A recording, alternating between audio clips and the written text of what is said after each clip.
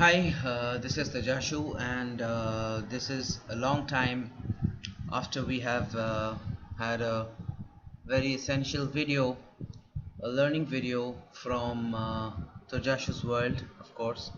And it's been a long time that I've been able to post any kind of video into my website and my YouTube channel. I'm really sorry for that because I've been really busy into some other kind of works. Anyways, keeping all those things aside, I would like to say that today I am just going to introduce you to a very basic level of the embedded world, and as I promised you that I will definitely guide you through to a project, that real life project which you can really sell, you can really put up to some science exhibition, or you can really you can just kickstart your corporate project with that. So the first thing that we should remember is that when we are going to start our journey with the microcontrollers or the embedded world, keeping aside the general SBCs, that's the single board computers, or the RTOS, that's the real-time operating system based devices. I'm not going to cover that area right now, and I don't have any plans to put up RTOS or SBCs in my website. But as far as microcontrollers are concerned, uh, what I would first like to say is that whatever I have covered in my previous videos, they were very basic. I just covered numbered system. My first video was on basically on what an embedded system is, how important it is in your curriculum, and how you should go through it. And after that, I just made a video, I think, on number conversions, and after that I made a video on I2C communication, IIC or TWI communication between two chips, or a master and a slave, that's a serial communication, a synchronous serial communication. And I should have maybe covered a few more topics like UART, this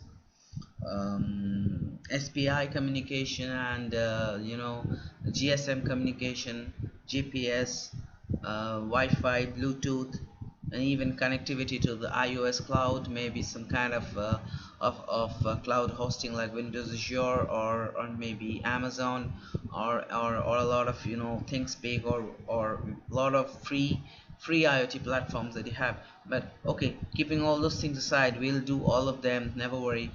Let us just first understand what a microcontroller is, because if you do not understand what a microcontroller is, you're not going to be able to send any kind of data to any cloud. And sending data to any cloud is not a big deal with the kind of modules that are available today and in the APIs that they have.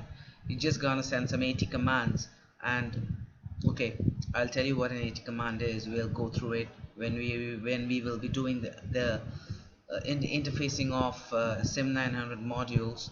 So it's not basically it's not robot science, so, or maybe rocket science. So the first thing that you should understand is you must have a few things in your mind. The first thing is that whatever you do, you're going to revise.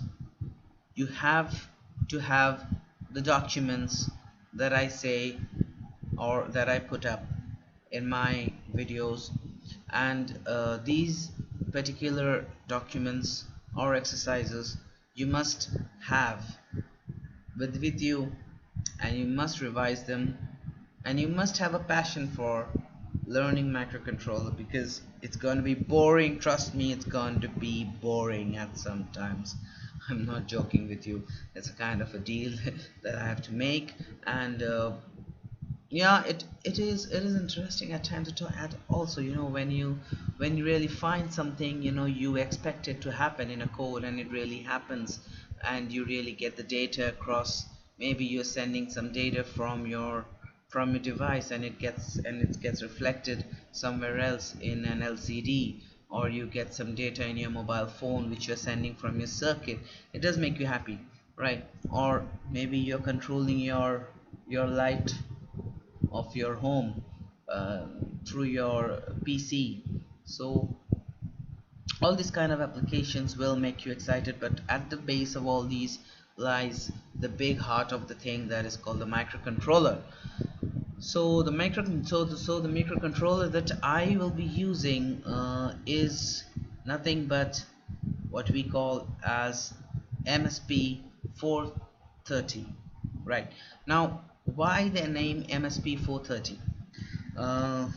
Few people say that MSP430 is a family of microcontrollers that were introduced by Texas Instruments a long time back, and it was on 30th of April. So that's the reason why they have given the name, the number 430, and the 430 is for 30th of April. So that's the number convention, and this MSP part, it stands for mixed signal processing. Means this microcontroller basically can handle mixed signals. That is, what do you mean by mixed signals? It means that it can handle both analog as well as digital signals. So your microcontroller will be able to handle analog signals. That is, you will have an analog comparator inside. You can have conditions where you can use an analog comparator. You don't need an op-amp for that, and you can have differential amplifiers and other kind of instrumentation amplifiers and other op-amp devices inside your microcontroller, and as well as that you can have digital systems. So it's a mixed signal processor. So that explains why we call it, or rather why TI calls it as a mixed signal processor. So that's mixed signal processor developed or introduced on 30th of April. So that gives you MSP430. Now comes a strange part, that is X2XX. This is very important for you to know, because when you will be selecting a microcontroller for your own project, you must understand that why the X2XX is coming into the picture, right? So I'll just give you a very basic and brief introduction to why this X2XX is coming into picture. This X is nothing but the family, right? So if you really go to ti.com, I'll show you over here how to do it. When you're going to just ti.com, and if you have a check on the product line, in the product line they will have microcontrollers, and in their microcontroller systems, if you see, there are a lot of microcontrollers they have a series or a bulk of microcontrollers. Like Texas Instruments is the company or the organization who really work hard for developing 16-bit and 32-bit microcontrollers. They don't have any kind of 8-bit. The only 8-bit microcontroller family or the flavor that you can have is, I think, some CC wireless enabled microcontroller 2538, where you have a wireless front end and an 8-bit 8051 core. But other than that, there are no other 8-bit microcontrollers. There are all 16-bit and 32-bit microcontrollers, and the one that we are going to work on is a 16-bit microcontroller, right? So under the microcontrollers, you can have in the product tree, you will see that is over here, you will see that there are various kinds of microcontrollers. One is Simple Link, right? The Simple Link MCUs are basically wireless communication enabled MCUs. The Simple Link is nothing but a OS or an RTOS developed by TI. It is totally loyalty free. That is you don't have to pay for developing any kind of commercial devices, right? But if you are developing any kind of Bluetooth system, then you obviously have to get certify your particular device for the Bluetooth certification. But as of my information goes, is for certain kind of devices you can use Texas Instruments Bluetooth's vendor ID and product ID. So that's the simple link processors, which are Wi-Fi enabled and network enabled processors. Then you come down, you have MSP430 ultra low power MCUs. That is where we are concentrating. That is MCUs ultra low power. So under MCU ultra low power, if you click over here, okay, before clicking, let me tell you, you have a value line MCU, that is 13 number of quantities. You have capacitive sensing MCUs, that is 6 number of quantities. You have ultrasonic and performance sensing MCUs, that is 98 quantities, and other MSP430 MCUs, that is 422. So let me go into all the 430 MCUs, and you can have the product list over here. What I want to tell you is that you will have to understand that the MSP430 family, they have various types of chips, right? So what are the type of chips that you have? You can find it over here. You have a 2XX family, you have a 5XX family, you have a 6XX family. Now what are these families meant for? Why would you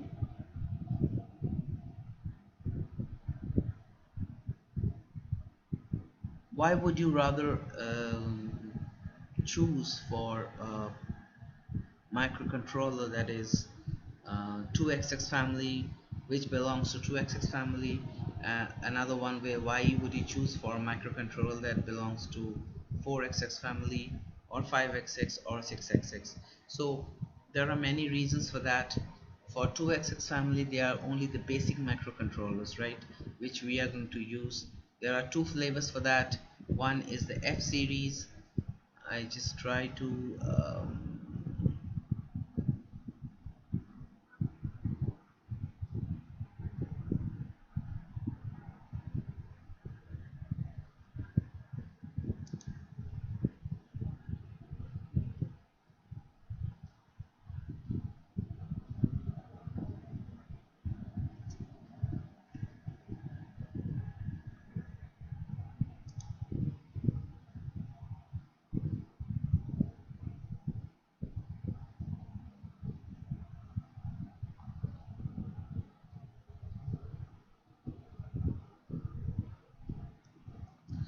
okay, so here they haven't given any kind of differentiation.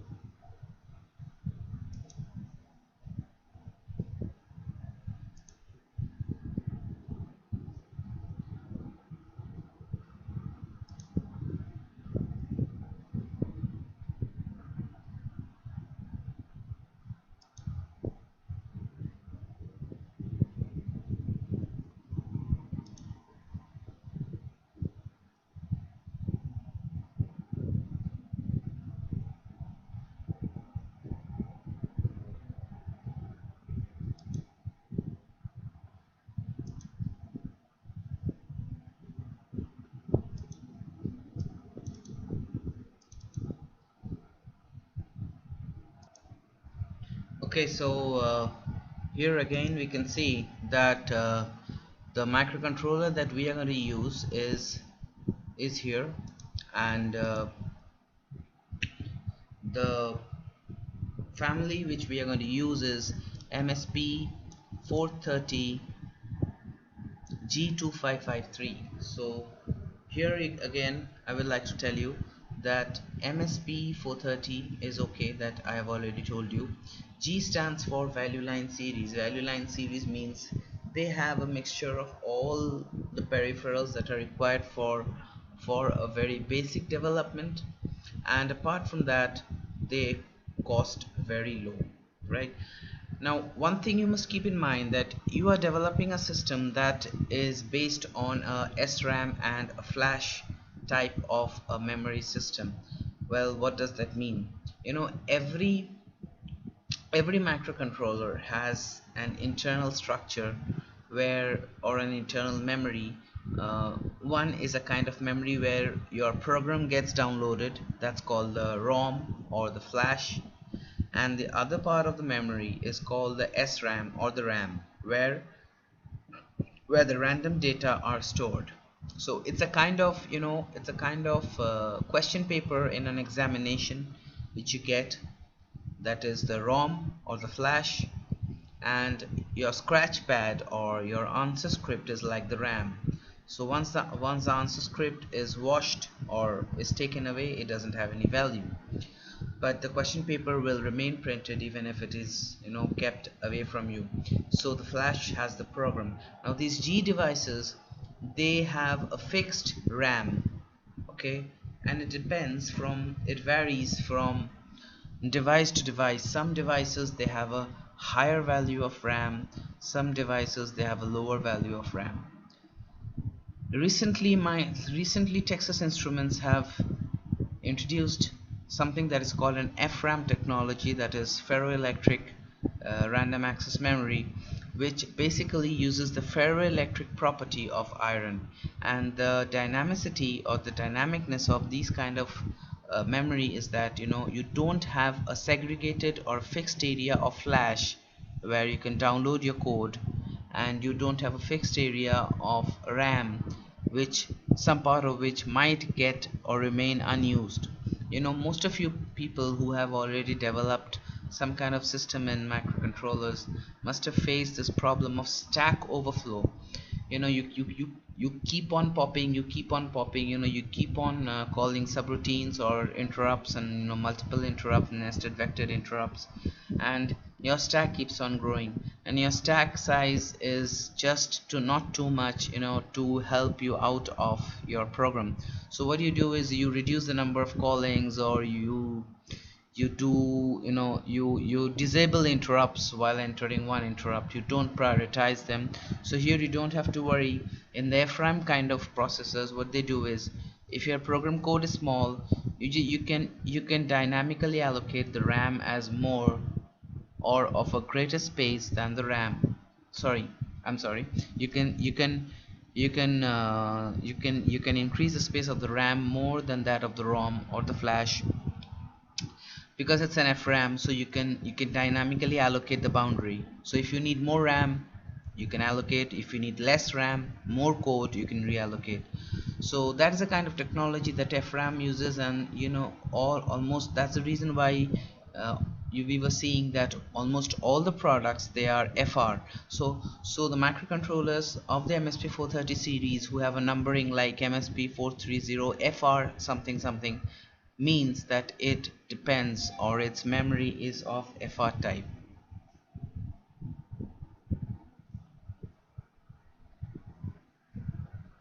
So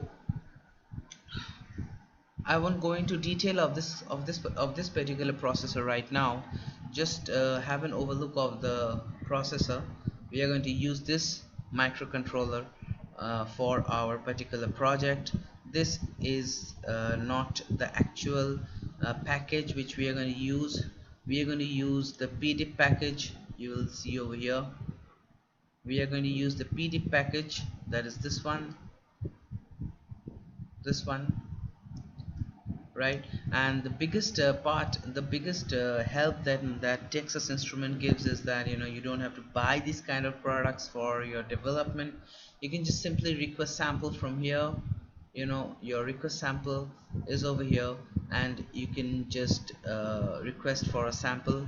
If TI agrees to your terms and conditions, and if Texas Instruments feels that giving you a sample is worth it, then you can obviously go for it. Otherwise you can have a lot of channel partners who can sell you these ICs, and they don't cost much, right?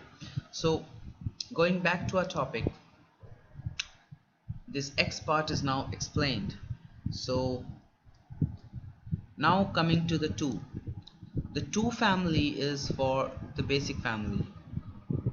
3 is not there, or I haven't seen, or I have not worked with the 3 family.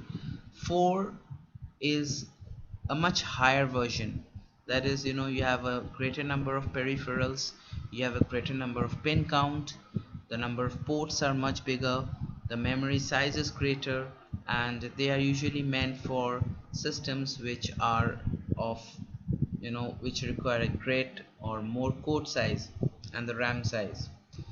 The 5 series has the same feature, the same facilities, but with additional features like you have USB connectivity, USB HID specifications, and the architecture is much more advanced. The 6 family has the one advantage that the 6 family has is that you can directly interface LCD segments to the microcontroller. You don't need any kind of LCD controller in between the microcontroller and the LCD segments. So we will start off basically with the 2XX family. Now, reading the user guide is very essential, so please don't ignore the user guide. It is very simple to download the user guide. You can find it in my website. It's there. I have given the link. It's given directly from TI. You can download and make sure that you have the latest version, that is SLAU 144i, that is the January 2012 version, right? So now let me go to the introduction. So first comes the architecture. The architecture, like every particular microcontroller, architecture has the same thing. I'll just go through very briefly because these are very boring things. I don't want to make you go into all these kind of details because that is your work to do. You're going to download this. If you need, take a printout, and it's your job to go through each and every detail of the architecture. The thing that I will highlight for you is that number one, it's a 16-bit RISC CPU. What does that mean? It means that it can handle both 8-bit and 16-bit instructions. So for people who have been working on ATmega or AVR or 8051 or PIC microcontrollers, 8-bit PIC microcontrollers, PIC also has 16-bit and 32-bit. So you always had to write 8-bit instructions, right? So here 2 8-bit instructions are executed in a common cycle. So that's one big thing. You have a von Neumann architecture, that is common memory address bus and memory data bus. So you can see over here in this diagram, right, that there is one bus that is for address and there is one bus for data, but the 16-bit address bus also shares the data bus.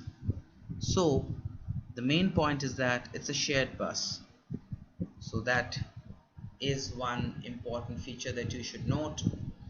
Another important feature is that if you are making any kind of application which is battery operated, like for those guys who are into low voltage electronics, many people prefer making circuits for low voltage devices like portable devices especially, or handheld devices. They must go for this kind of family, because if you put the device to a sleep mode or an LPM or low power mode, I'll tell you what a low power mode is, then the chip or the microcontroller derives only 0.1 microampere. That is only for RAM retention, that is only for saving the values inside the RAM. Okay, so only 0.1 microampere current is required or is drained from the battery to retain the RAM. The entire processor goes to sleep. Now what is LPM? LPM is low power mode. These MSPs, they have 5 low power modes: LPM 0, 1, 2, 3, 4. Okay, so in LPM 0, some part of the chip is disabled, In LPM1 some more part of the chip is disabled, in LPM2 some more part is disabled. So like this, step by step you can put the several parts of the microcontroller to sleep. So what happens is that ultimately the current withdrawing from the battery reduces. The next one you can see is 0.8 microampere real-time clock mode. So if you want a real-time clock, there's an RTC inbuilt in your microcontroller. You don't have to buy the RTCs separately. So if you want the RTC to carry on, or a SysTick or a system clock to run, then the current withdrawing becomes a slight higher. It becomes 0.8, that's almost 8 times. And when the controller is working in full working mode, then it is 250 microamperes per mega instructions per second. That's the active mode as they're written, right? So that is very important. You must remember it is definitely a high performance analog, ideal for precision measurements, because you have a comparator gated timers. That is, as I told you, you have a comparator directly inside the processor, so it has a high performance precision measurement. You can very precisely measure values, specifically for instrumentation uses where you want to measure the error between the set point and the process variable. This is the device for you, so you can use it for those kind of applications. You have, okay, I'll just basically describe this particular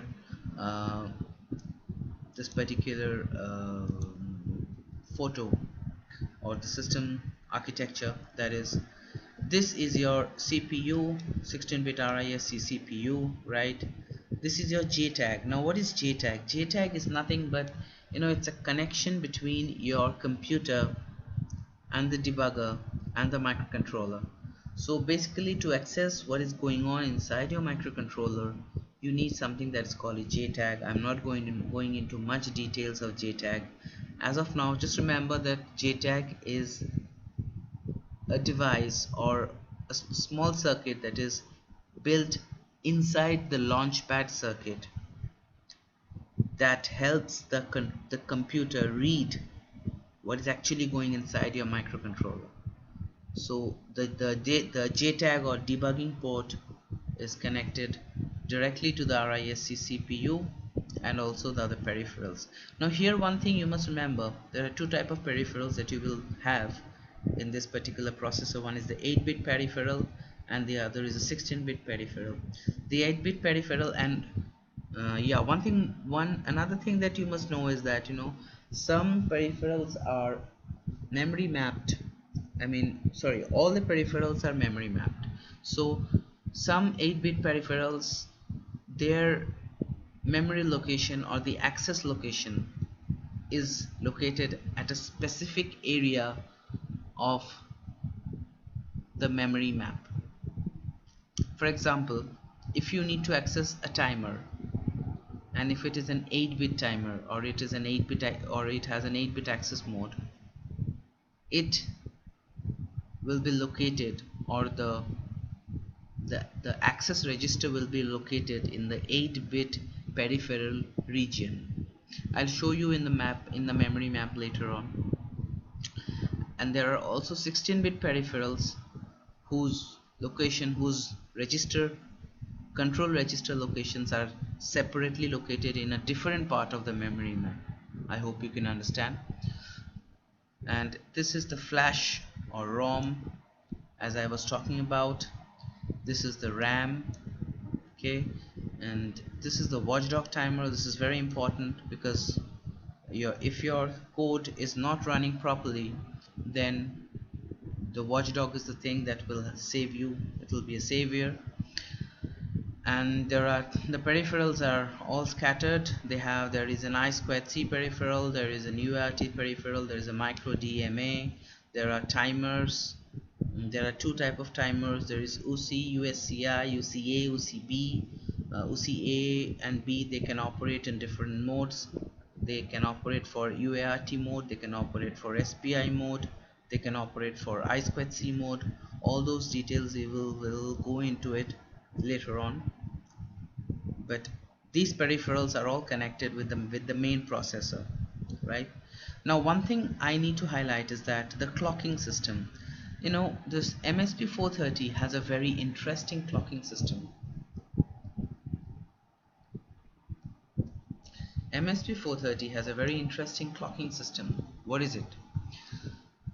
There are multiple areas or multiple sources of clocking the the heart of the processor.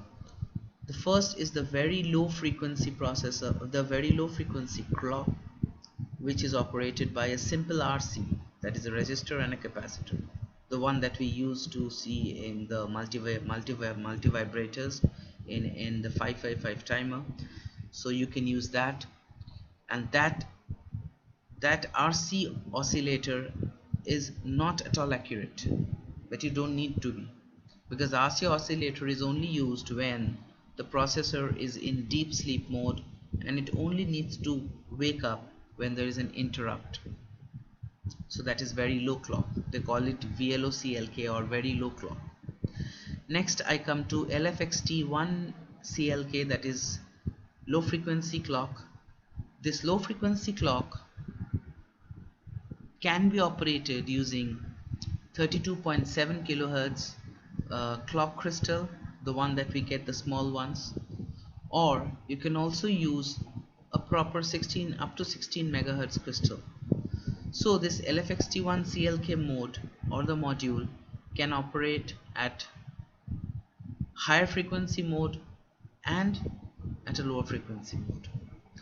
All these configurations needs to be done using the registers, which I will cover up in the next session, because first I want to give you the overview and then I will go into configuration, right? Then there is the XT2 clock system, that is more high frequency clock system. So XT2 clock system is totally dependent on external clock system. You can connect directly either an external clock frequency, or you can connect a crystal directly to the XT2. And the fourth most important clocking that this processor has is the DCO, that is the DC controlled oscillator.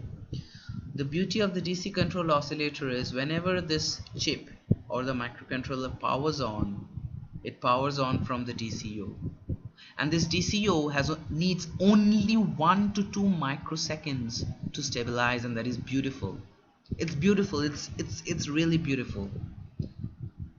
So you don't have to worry if your crystal is bad, because what it does is, whenever you switch on the microcontroller, there's a voltage supervisor who supervises the voltage or the supply voltage, and whenever the supply voltage goes above a particular level, it automatically switches the core or the microcontroller core to be operated from the DCO. The DCO by default is running at 1 megahertz, right? So your microcontroller gets up and running at 1 megahertz core speed, and you don't have to bother whether your external crystal is bad or is at fault. And this problem happens with many microcontrollers who directly try to operate externally from external external crystals. So once your processor is on the DCO has stabilized and your processor is running at DCO, you can configure the DCO, right? You can configure the DCO to other frequencies, right? I'll tell you how. Okay, the default frequency is 1 megahertz. The core starts at 1 megahertz, and it will always start from DCO, because the DCO is the most reliable DC control oscillator, is the most reliable source for the clocking system of the microcontroller to operate. If the DCO doesn't operate, then your core will not start up, but it doesn't happen. So once the DCO settles and your core is operating, you have some steps to operate. You have some steps to write, you have some code to write in order to switch the clocking system for the main controller to your external crystal. In case, suppose if you're using an external, if you are using the DCO for your project, you don't have to bother anything. But if you're using an external crystal, then you have to write a part of the code which will swap the clock source to the external crystal, whether it is LFXT1 CLK or it is XT2. And that's a small part of the code that you have to write.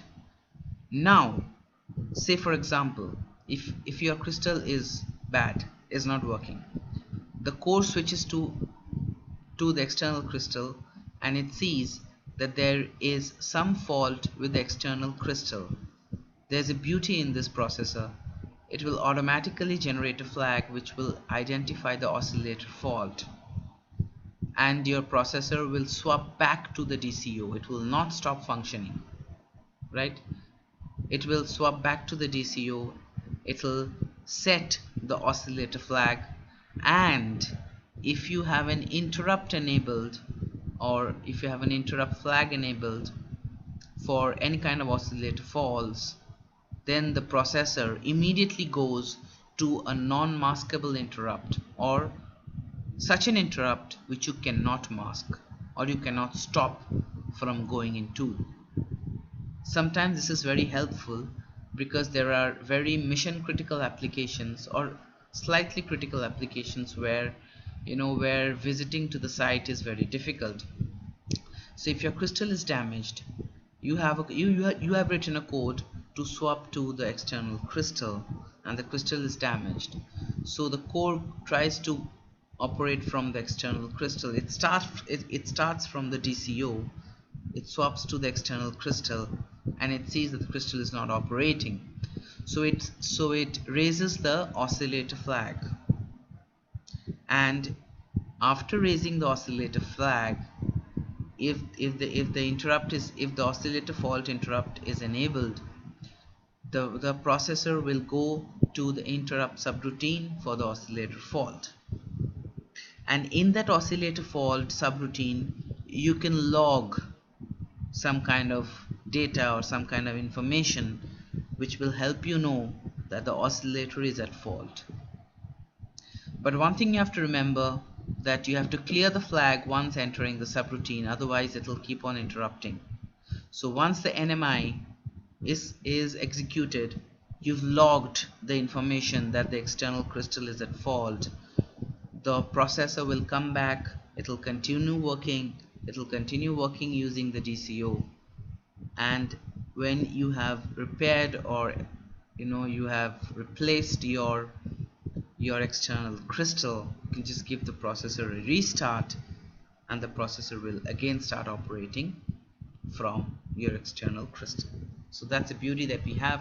And there are three different clock systems, that is ACLK, that is the auxiliary clock. Auxiliary clock is mainly used in the sleep modes. When the processor is in sleep mode, the auxiliary clock is used. You have a sub-main clock. The sub-main clock is mainly used for supplying the clock to the peripherals and other parts of the system. And you have the MCLK, which is the main clock or the master clock, which supplies the digital clocking to the CPU. So I feel that you are more or less clear with the architecture of the MSP430 2XX series, G2XX series. You just have to go through these these headings. Everything's written over here. One more important thing is the memory map, right? So the memory map, you can see that it's a 16-bit address map. So you can this part, up till this part I'm explaining. I'm not explaining the upper part because that is not applicable for all the devices. Let's start from here, from 0hex to 0fx, that is a total of 16 bytes, right? A 16 bytes you have special function registers. These registers are registers which are required for configuring the clock system, the basic system, the critical system for this microcontroller. After that, this area is responsible, or they have the registers which are required for configuring the 8-bit peripherals. I'll go into the 8-bit peripheral details when I will be discussing all the peripherals, and I will relate back to this diagram each and every time, so you don't have to worry and like don't mug up all these details, because you don't have to mug up. Just keep on going through, just read through, just understand. You don't have to mug up these addresses, because these addresses, this is a user family user guide. Not all the processors will have the same address map, and not all the processors will have the same peripherals discussed over here. Then there is a 16-bit peripheral module, that is this part of the memory map, that is from 0100 to 1FFX. This part of the memory map is stored, or the registers over here, if you calculate, there are 256 registers over here. So 256 bytes or 256 registers are stored for your 16-bit peripheral modules. Now starts the RAM. You can see the RAM start is from 0200 hex, that is this one, but there is an arrow over here. What does that mean? That means that the RAM, how much RAM there will be, depends on the device. That is, it varies from device to device. Also, one more thing that you need to know is the 8-bit peripheral modules, they have a byte mode access. Obviously it has to be, because you can only access 8 bits at a time. But the 16-bit peripheral modules, they have a word mode access, that is, you can directly write 16 bits over there. So you can really declare a variable called unsigned short, and you can directly write that unsigned short to a register over here. Whereas if you do the same thing in the 8-bit peripheral module part, the upper part, or the upper 8 bits, will be truncated by the compiler. So that is what you have to keep in mind. And the RAM is word as well as byte compatible, so you can write both 16-bit as well as 8-bit. Next I come to the flash and ROM. The flash and ROM is again, the variable sign is here, as you can see, means that the end part of the flash and ROM is FFDFX, but from where it starts, it again depends or varies from device to device. Finally, let me come to the interrupt vector table. The interrupt vector table starts from FFE0 and it goes to FFFF Now, interrupt vector table is very interesting. I must go to the interrupt vector table once to make you understand that how it functions.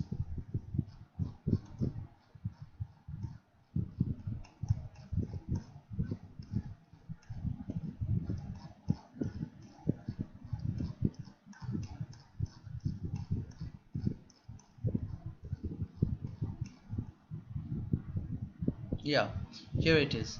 See, the last part, I told you that interrupt vector table is word access enabled. That is, you have 2 bytes.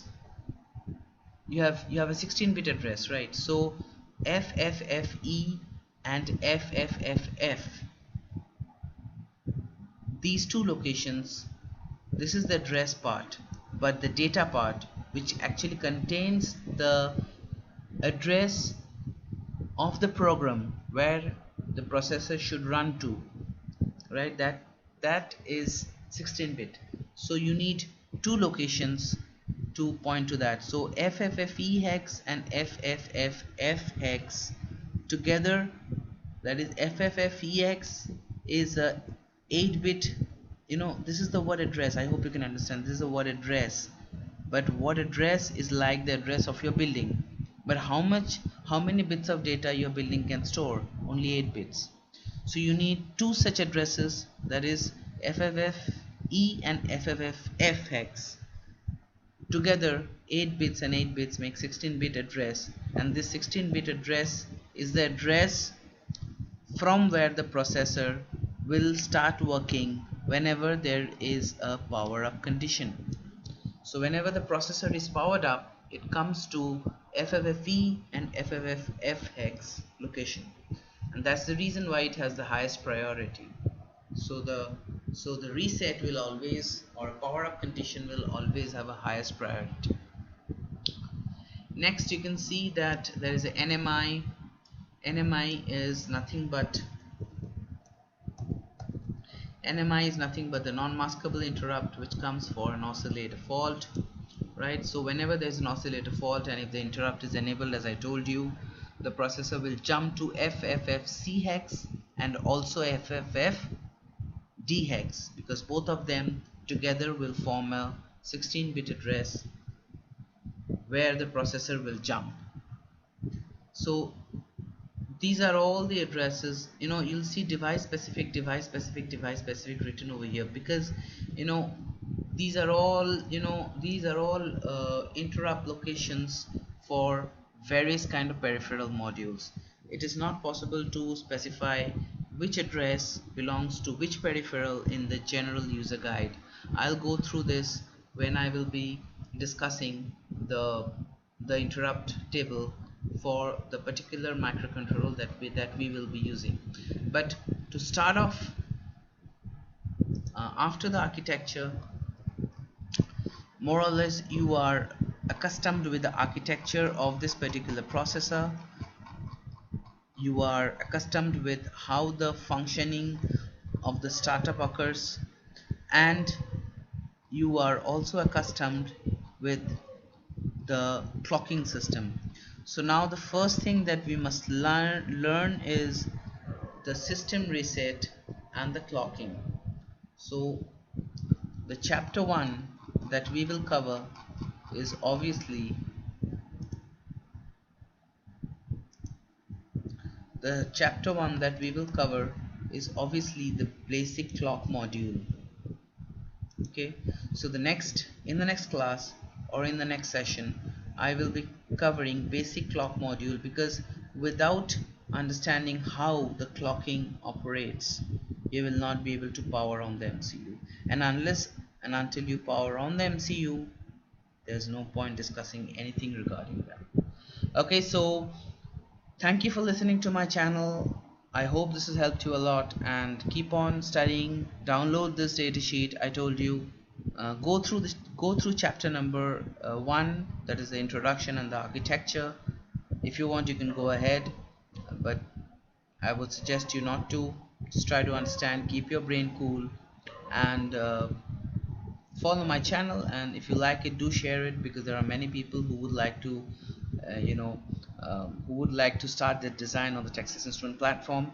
And for people who are working on Arduino, let me tell you, you have great fun, because Arduino is giving you ready-made libraries, but that's the worst thing that's happening to you. You don't know what is going on inside, you don't understand in depth. And as Tejas has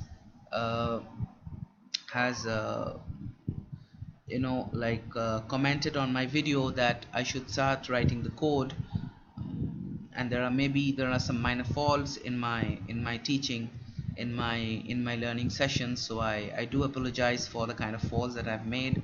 There might be some errors, so please let me know if there are kind of errors.